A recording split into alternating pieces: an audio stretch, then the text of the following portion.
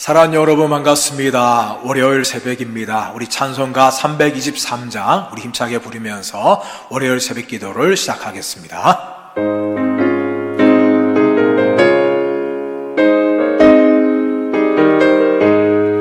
부름받아 나으니 몸 어디든지 가오리다. 괴로우나 즐거우나 주만 따라가오리니 어느 누가 막으리까? 죽음이 들막으리까? 어느 누가 막으리까? 죽음이 들막으리까? 아불 골짝 빈들에도 복음 들고 가오리다.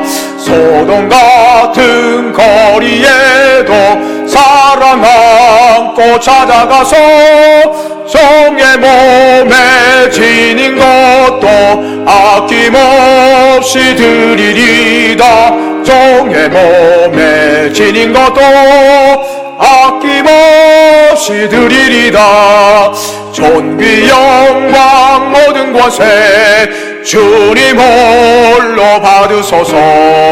멸시천대 십자가는 제가 지고 가오리다. 이름 없이 빛도 없이 감사하며 섬기리다.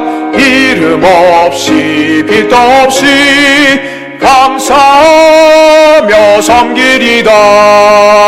아멘. 하나님 말씀은 구약성경 에스겔서 33장 1절에서 9절 말씀입니다. 에스겔서 33장 1절에서 9절 말씀입니다. 우리 성경과 자막을 보시고 1절에서 9절까지 함께 읽겠습니다. 시작. 여호와의 말씀이 내게 임하여 이르시되 인자야 너는 내 민족에게 말하여 이르라. 가령 내가 칼을 한 땅에 임하게 한다 하자. 그 땅 백성이 자기들 가운데의 하나를 택하여 파수꾼을 삼은 그 사람이 그 땅에 칼이 임함을 보고 나팔을 불어 백성에게 경고하되 그들이 나팔 소리를 듣고도 정신 차리지 아니하므로 그 임하는 칼에 제거함을 당하면 그 피가 자기의 머리로 돌아갈 것이라. 그가 경고를 받았던들 자기 생명을 보존할 것이나 나팔 소리를 듣고도 경고를 받지 아니하였으니 그 피가 자기에게로 돌아가리라. 그러나 칼이 임함을 파수꾼이 보고도 나팔을 불지 아니하여 백성에게 경고하지 아니하므로 그 중에 한 사람이 그 임하는 칼에 제거당하면 그는 자기 죄악으로 말미암아 제거되려니와 그 죄는 내가 파수꾼의 손에서 찾으리라. 인자야 내가 너를 이스라엘 족속의 파수꾼으로 삼음이 이와 같으니라. 그런즉 너는 내 입의 말을 듣고 나를 대신하여 그들에게 경고할지어다. 가령 내가 악인에게 이르기를 악인아 너는 반드시 죽으리라 하였다 하자. 내가 그 악인에게 말로 경고하여 그의 길에서 떠나게 하지 아니하면 그 악인은 자기 죄악으로 말미암아 죽으려니와 내가 그의 피를 내 손에서 찾으리라. 그러나 너는 악인에게 경고하여 돌이켜 그의 길에서 떠나라고 하되 그가 돌이켜 그의 길에서 떠나지 아니하면 그는 자기 죄악으로 말미암아 죽으려니와 너는 내 생명을 보존하리라. 아멘. 자, 오늘 본문의 말씀은 에스겔이 하나님께 다시 예언자로 부름을 받는 장면입니다. 에스겔은 주전 593년 바벨론 땅 그발 강가에서 처음 선지자로 부름을 받았습니다. 그리고 588년 1월 15일까지 이때는 바벨론 왕이 예루살렘을 포위할 때입니다. 이때 에스겔은 예루살렘 멸망을 선언을 하였습니다. 그리고 그의 입이 닫혔습니다. 그리고 3년 만인 585년 1월 19일에 하나님이 다시금 에스겔의 입을 열어주시고 에스겔을 다시 예언자로 불러주십니다. 오늘 본문의 말씀은 우리가 1절에서 9절 말씀까지 읽었지만 1절에서 20절까지 함께 나누기를 원합니다.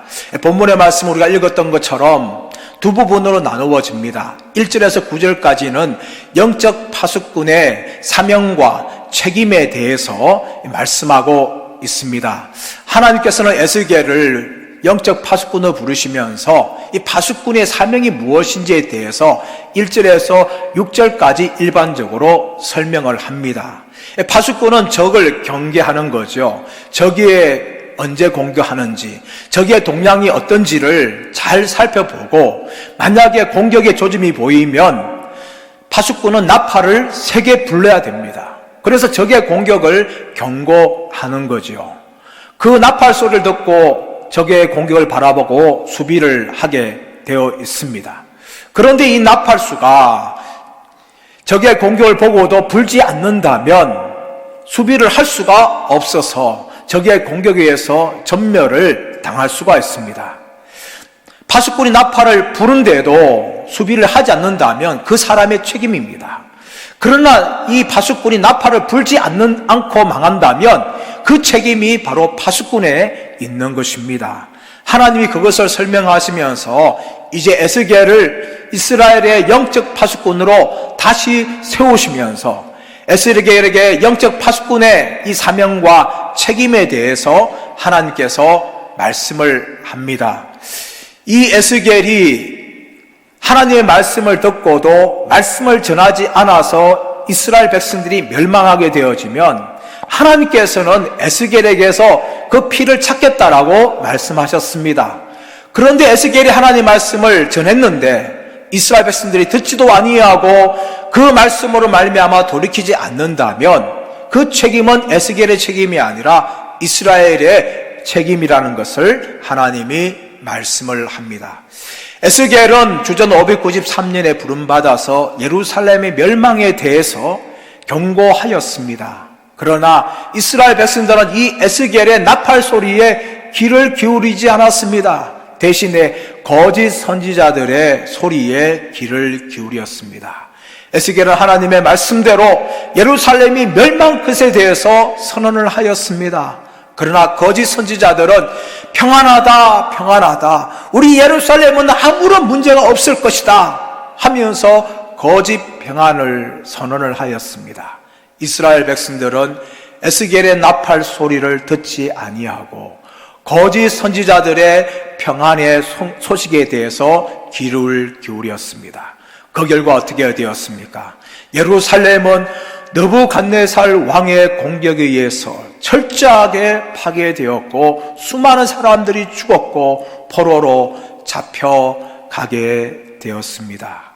사랑하는 여러분, 하나님께서 에스겔을 이스라엘 땅에서 영적 파수꾼으로 세워주셨듯이 오늘날 이 시대에 믿음의 백성들을 영적 파수꾼으로 우리를 불러주셨다는 것을 믿으시기를 바랍니다. 사랑하는 여러분, 우리에게 무엇이 있습니까? 우리에게 복음이 있습니다. 예수 그리스도의 십자가 죽음과 예수 그리스도의 3일 만에 부활의 소식인 복음이 있습니다. 이 복음을 우리가 가지고 전하지 않는다면 우리의 책임입니다. 그러나 우리가 이 복음을 가지고 전하여서 사람들이 돌아오게 되어지면 얼마나 좋겠습니까? 여러분, 복음은 이 시대의 영적인 죄를 치료하는 약입니다. 여러분, 오늘날 우리나라가 또 전 세계가 코로나19로 인하여서 수많은 사람들이 죽어가고 있습니다. 그래서 의료진들 또 연구소에서는 이 코로나19에 대한 백신을 연구하려고 노력을 하고 있습니다. 어떤 사람들은 1년, 2년 안에 백신이 개발될 것이다 라고 이야기하지만 또 한측편에서는 회의적인 반응이 있습니다. 그렇게 빨리 백신이 개발되지 않을 것이다 라고 이야기합니다. 여러분, 어쨌든 간에 만약에 이 코로나19에 대한 백신이 개발된다면 여러분 얼마나 감사하겠습니까? 수많은 사람들이 죽어가지 않아도 됩니다. 그런데 그 백신을 우리가 알고 있다면 우리가 어떻게 해야 될까요? 병에 걸린 사람들에게서 이 백신을 사용하십시오 전하여 주어야 하는 것입니다. 그래서 죽어가는 사람들을 살려야 합니다. 여러분, 복음은 무엇입니까? 이 땅에서 죽음에 그치는 것이 아니라 영원한 죽음에서 해방되는 치료약인 것입니다. 그러면 여러분, 이 복음을 우리가 가지고 있는데 이 시대에 우리가 영적 파수꾼으로서 이 사명을 감당하는 저와 여러분 되시기를 축원합니다. 영혼을 구원하고 지옥불에서 건져내는 이 치료약인 복음을 전파하는 이 시대의 영적 파수꾼의 사명을 감당하시는 저와 여러분 되시기를 예수님의 이름으로 축원합니다. 이어지는 본문 10절에서 20절까지는 하나님께서 에스겔을 통하여서 말씀을 하시면서 그 당시에 사람들이 어떻게 반응한지에 대해서 설명을 하고 있습니다. 이 에스겔의 사역을 시작하면서 여러분, 이스라엘 백성들, 특히 유배당한 백성들 같은 경우에는 회의적인 반응을 보입니다.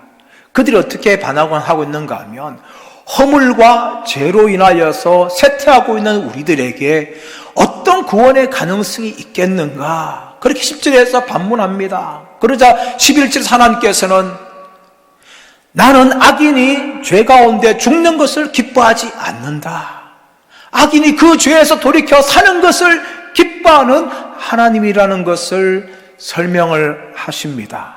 그리고 하나님께서 어떻게 구원의 길을 여시는지 설명을 하시는데요, 12절에서 16절 말씀 가보시면 범죄하는 의인의 망함과 회개하는 죄인의 살아남에 대해서 이야기합니다.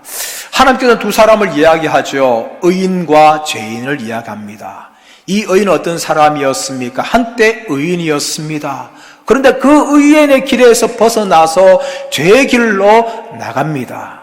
하나님은 그런 의인에게 죽음이 있을 것이라고 선언을 합니다. 그런데 한쪽 사람은 죄인이었습니다. 이 사람은 과거에 많은 죄를 지었습니다. 그런데 그 죄에서 돌이키고 회개를 합니다. 하나님은 그 사람에게 살 것이라고 설명을 하십니다.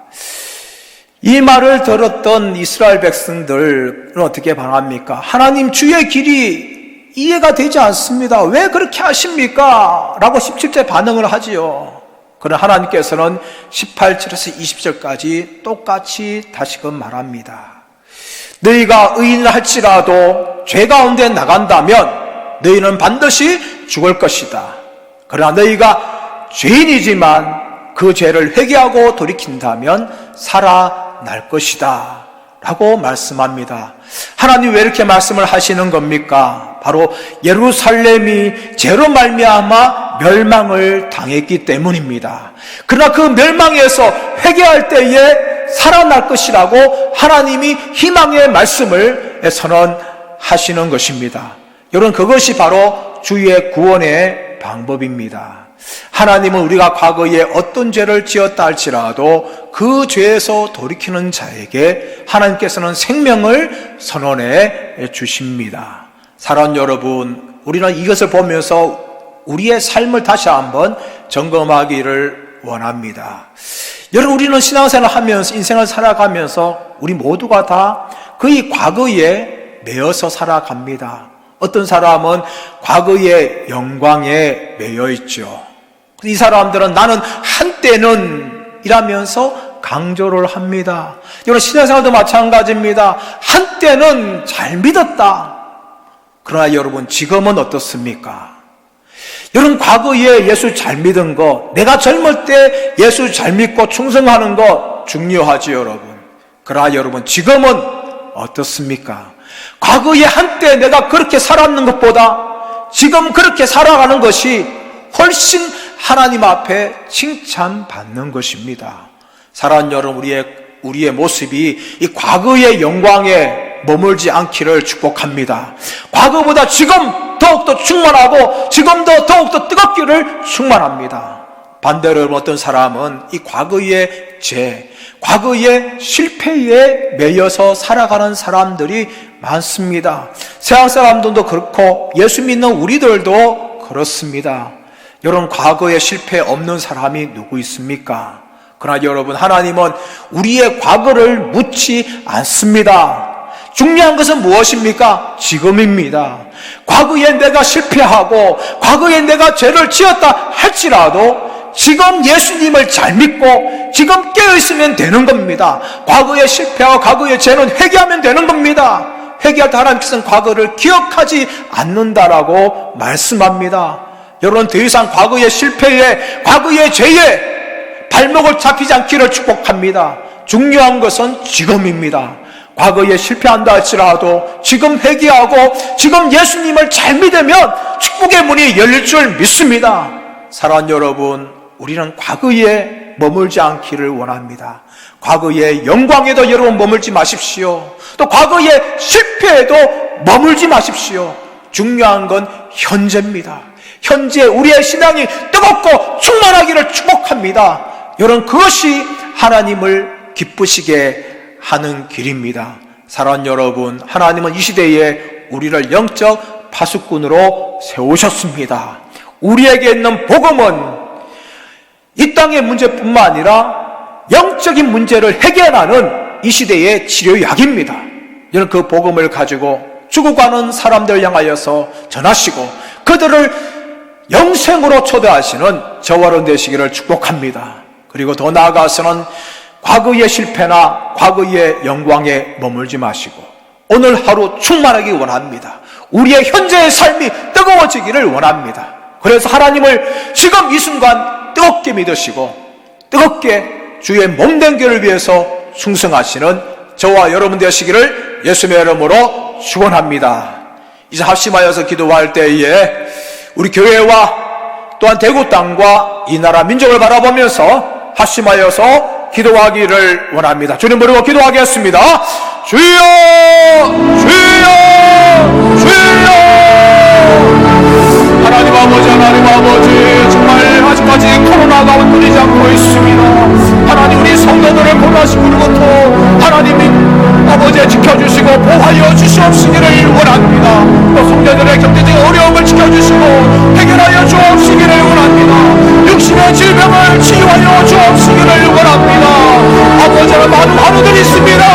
주여 고쳐 주옵시고 주여 만져 주옵시기를 원합니다. 하나님 아버지를 상명된 성도들이 이 나라와 민족을 위하여서 뜨겁게 기도하는 성도들이 되게 하여 주시고 깨있는 교회가 되게 하여 주옵시기를 원합니다. 모든 성도들이 가족 예배를 통하여서 하나님 은혜의 풍성을 받게 하여 주옵시기를 원합니다. 하나님 대구 땅을 위하여 기도합니다. 확진자들을 치료하여 주시고 고쳐 주옵시기를 원합니다. 코로나19의 확산을 막아 주옵시기를 원합니다. 수많은 부모들과 어린이집들을 주님이 붙잡아 주시고 그들을 아버지 지켜 주옵시고 보호하여 주옵시고 강건케 하여 주옵시기를 원합니다. 아버지 하나님 불안 가운데 대구 땅에 있는 시민들을 주님 붙잡아 주시고 평안한 마음을 가여 주옵시기를 원합니다. 아버지 하나님 신천지가 회개하는 역사가 있게 하여 주시고 주 예수 그리스도의 더러운 역사가 있게 하여 주옵시기를 간절히 원합니다. 주님 임하여 주시옵소서. 주님 함께하여 주옵소서. 주여 나라 민족을 위하여 기도합니다. 주여 이 나라 민족을 불쌍히 여겨 주옵소서. 하나님 아버지 코로나19로부터 불안만 있는 이 나라를 주님 붙잡아 주시고 지켜 주옵시기를 원합니다. 대통령과 모든 자들 함께하여 주시고 지혜를 주시고 코로나19를 잘 해결하여 주옵시기를 원합니다. 고통 받는 국민들을 주님 위로하여 주시고 안정을 되찾하여 주옵시기를 원합니다. 한국의 모든 성도들이 가운데 믿음과 기도로 끝까지 승리하여 주옵시기를 원합니다. 아버지 하나님의 사이로 아버지 하나님이여 어제 총선이 다가옵니다. 하나님 아버지 함께하여 주옵시기를 원합니다. 아버지 이번 4월 4일로 총선 때에 아버지 귀한 나라 일꾼 지역의 일꾼들이 아버지 하나님 사모하게 하고 주옵시기를 간절히 하나님 아버지 역사여 주옵소서. 주여 붙잡아 주옵소서. 주여 함께하여 주시옵소서. 주여 은혜를 부어 주옵소서. 하나님 아버지 감사합니다. 하나님 우리 믿음의 백성들을 이 시대의 영적 사명으로 또 영적 파수꾼으로 우리를 세워주심을 감사합니다. 하나님 우리에게 주신 이 복음을 가지고 복음의 나팔을 부는 우리 성도들 다 되게 하여 주옵시기를 원합니다. 영원히 지옥에서 멸망받아 죽어갈 영혼을 복음의 전함을 통하여서 구원하는 역사가 일어나게 하여 주옵시기를 원합니다. 하나님 아버지, 우리가 과거에 매여있지 않게 하여 주옵시기를 원합니다. 과거의 영광에 매여있지 않기를 원합니다. 지금 충만해지기를 원합니다. 지금 뜨거워지기를 원합니다. 과거의 실패와 과거의 죄에 머물러 있지 않게 하여 주옵시기를 원합니다. 우리 주 예수 그리스도로 말미암아 모든 죄가 용서받고 지금도 성령을 통하여 우리에게 주시는 이 영적인 자유와 기쁨을 누릴 수 있도록 하나님이 역사하여 주시고 믿음의 삶을 이 시간 살아갈 수 있도록 우리 하나님 함께하여 주시옵시기를 간절히 원합니다. 하나님 아버지, 4월 15일 총선이 있습니다. 아버지, 이 나라와 지역의 귀한 일꾼들이 세워지도록 하나님이 함께하여 주시고 은혜를 베풀어 주옵시기를 간절히 원하옵고 감사와 찬양을 드리며 존귀하신 주 예수 그리스도의 이름으로 기도드리옵나이다. 아멘. 사랑하는 성도 여러분, 오늘 하루도 우리의 평생의 삶이 날마다 충만하고 날마다 뜨겁게 살아가시는 저와 되시기를 축복합니다. 감사합니다.